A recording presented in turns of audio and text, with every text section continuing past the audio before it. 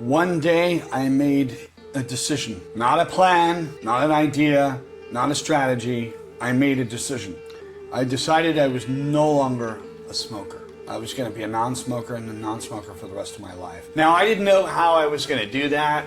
I didn't know how it was going to happen, but I knew one thing for certain. I didn't want that identity of being a smoker anymore. I didn't want to be that guy who needed a cigarette to actually get through the entire day. So instead of trying to quit forever, I studied my pattern because I knew that even the word try would throw me backwards. Every morning was the same gas station, the same pack, the same routine, the same guy at the gas station. It was a cycle. It was repeating. And one day I broke it. I drove right past the gas station. I made a decision.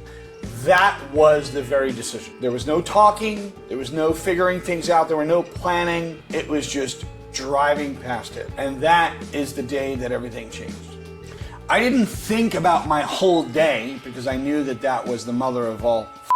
I didn't think about my week. I didn't think about forever. I stayed 100% in the moment and slowed down everything. I lived in the moment, second to second, because I knew that if I looked at everything too far, that I would overwhelm myself and I would backslide and fall right back into that habit. I knew I had to take everything slowly. So I brought it all down to 1 hour. Throughout my day, I made it to 1 hour without smoking. And that hour gave me something more valuable than willpower could have ever have given me. And it gave me proof, gave me evidence. So I asked myself this, I asked myself a question. Well, if I could do 1 hour, I should be able to do one more. And I did. 1 became 2, 2 became 4, 4 became 8. I kept counting my wins because I knew if I didn't count my wins didn't count. So at 8 hours, I realized I had gone a full work day without a single cigarette at all. I wasn't better than anybody else. I just knew. And that's when my mind started to take a different turn. If I can do 8, then I was able to do 8 more. 8 became 16. 16 became 24. 24 became 48. And I kept counting my successes. And at that point, I wasn't trying to quit anymore. Try assumes you're going to fail. I was making a strong effort.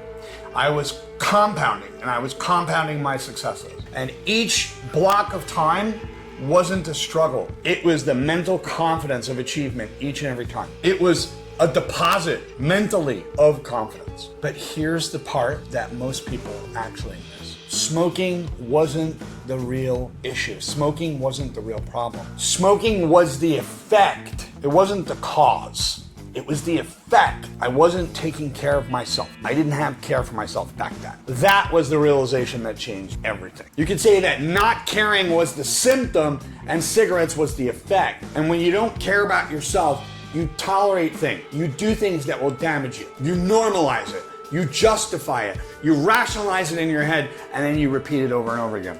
So the shift and the change of everything wasn't just to stop smoking. It was to start caring, and I made a decision to do that. It wasn't in a fluffy, hyped out slogan kind of way. It was through my own actions and giving a damn about who I was. I got rid of the lighters. I got rid of the ashtrays, and I cleaned out my car, and I removed the smell with some fragrance and totally changed everything, because you have to be able to engineer your environment for success. I increased my water. I stayed focused at work, and I took walks instead. I found a different habit to replace it. I didn't surround myself with the same environments that kept that old identity absolutely alive. I had to cut people off that I was smoking with because I wasn't just adjusting or changing my behavior. I was straight up updating my identity of who I was. I couldn't stay consistent with the old version of what I wanted with a new result. That's what happens. You can't stay the old way. Old way had to die. I had to start caring, and it was all about self-care. This wasn't about standards and being better than everyone. That's not what it was about, because the social side was a part of it. I had to tell people that I used to smoke with, I quit. Some respected it. Some were like, oh wait, awesome. And some didn't. Some people tried to tear you down, tried to pull you down.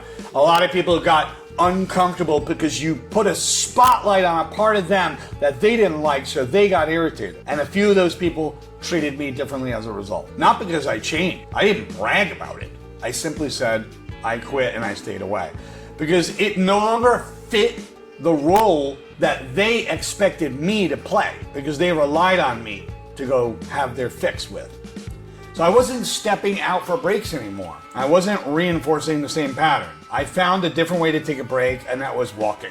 And when you break a shared identity, people notice it because you did it socially together. And sometimes they will support you, and sometimes they will straight up stomp on you. And sometimes they will resist you because you put a spotlight on that difficult part of who they are, and that threatens their identity, your change. Here's the final realization of it all. You have to ask the solid question. Ask this question: if a person with an identity that actually cares about themselves, they actually care about their health, would they actually do that? Would they actually undergo a habit that was destroying the body if that was the case? Would they smoke in that way? Would they go down that same road again? Would they repeat that same pattern against their body again?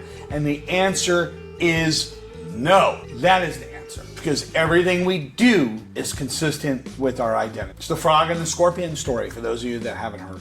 So if a person truly identifies as someone who cares about themselves, there is no negotiation. There is no self-destruction. They make a deliberate choice. They choose a different direction. And that's when I saw the writing on the wall. And self-care isn't from identity. Self-care is part of your identity, and it has to be updated. It has to be created and built into who you are. So I updated mine. No one else was going to do it. I was going to do it. And that meant I could not stay in the same environment with the same people, taking the same breaks in the same way, in the same repetitive reinforced patterns, because all it was doing is reinforcing an old version of who the hell I was. And I had to have a new consistency, a new direction. I made a decision. A new identity required new repetition.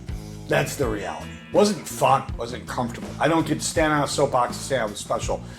That was the method. I call it the compounding method. You have to compound your confidence and successes. You don't quit forever, you stay in the moment. I win with the current hour or minute. I build proof. I let the confidence compound. I counted my wins, or my wins don't count. I raised my standards of self-care, and I started to engineer my environment for my identity. Because when your identity changes and the environment changes and the repetition supports it, there's no fight anymore.